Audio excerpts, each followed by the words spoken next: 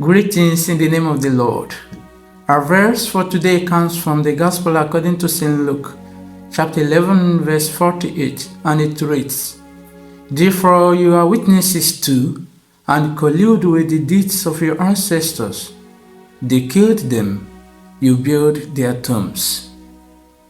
Dearest friends, the verse we just heard is part of the reproaches given by Jesus to the leaders of the Jews. The Pharisees first, because the Pharisees confronted Jesus when he went to have a meal in a Pharisee's house, because they said Jesus did not wash his hands before eating. And when the lawyers intervened and they said, "Teacher, by saying such things you insult us too," Jesus now faced also the lawyers. And Jesus is accusing them of being accomplice to the evil deeds of their forefathers. Jesus is laying blame also to the generation for supporting the evil deeds of the past generations before them. He said, "Your ancestors killed the prophets, but you yourselves, you built the tombs of the killed prophets." In other words, you give support to what was done by your fathers.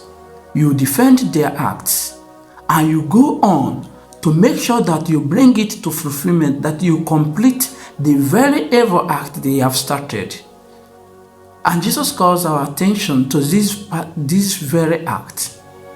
Do you often engage yourself in the continuous maltreatment started by people who came before you? For instance, you are given an office, you are a manager, and you came into office and you notice that a particular worker has been maltreated, cheated, and deprived of his or her privileges. Do you say, "It was not done in my tenure," and then you continue to suppress it? Or do you raise it up and say, "This thing that happened before I came was not properly done. I restitute what my ancestors, I correct what those who came before me did badly"? Some of us in our various families, we continue the enmity, the struggle that was initiated by our forefathers. Your father had a problem with a particular family, and then you continue with it. You inherited it and even make it to grow bigger. What have you done differently from those who came before you? As a man, what have you done differently from your fathers who lived before you? As a woman, what have you done differently from your mothers, from your parents who came before you? Jesus wants us to be free from the evil of our fathers, of the past generations before us.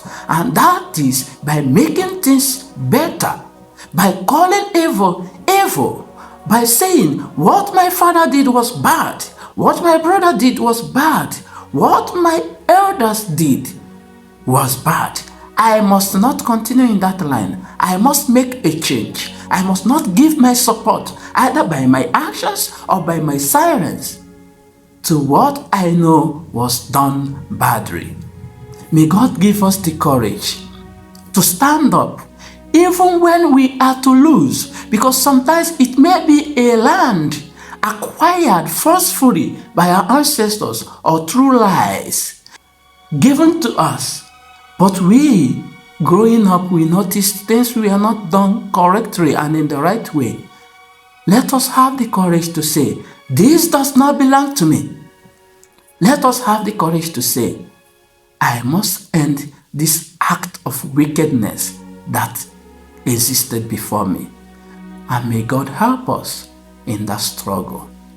Amen.